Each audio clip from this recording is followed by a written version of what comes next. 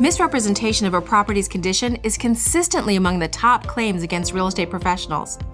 Typically, an unhappy purchaser brings a claim after discovering a physical defect or other undisclosed condition they believe should have been disclosed prior to purchase.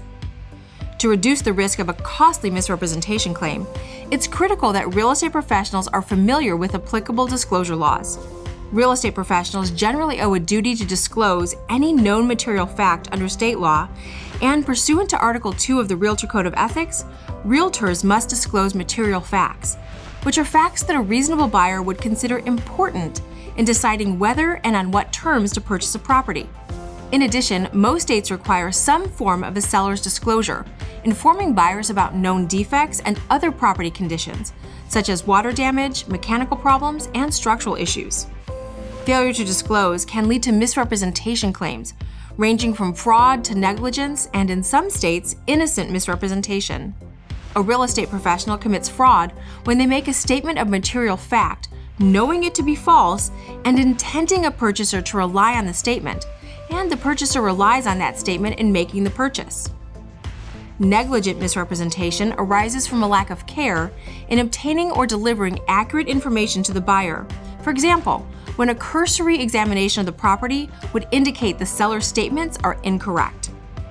Negligence claims can involve not only what a real estate professional knew about a property and failed to disclose, but also what they should have known.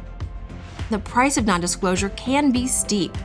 One court awarded $170,000 in punitive damages for a real estate agent's reckless disregard of the truth. In this case, the agent was acting for an investor and was involved in the property during its purchase and subsequent extensive repairs for water intrusion damage. Yet, when completing the disclosure form for her client, the agent crossed out specific questions regarding water damage and repairs. Follow these best practices to help avoid a claim of misrepresentation for failure to disclose. Always ensure that material known facts and defects are disclosed to the buyer. Review the seller's disclosure to ensure all questions are answered, and if the seller refuses to disclose a material fact or defect that you know about, you should make the disclosure. Do not complete a disclosure form on behalf of a seller client. If a disabled client needs assistance, advise the client to have a friend or family member help them. Immediately correct any misstatements you or the seller may have made upon learning of the error. Document and keep information received from the seller and provided to the buyer, including answers to questions about the condition of the property. Document any research done on the condition of the property, including the sources of information.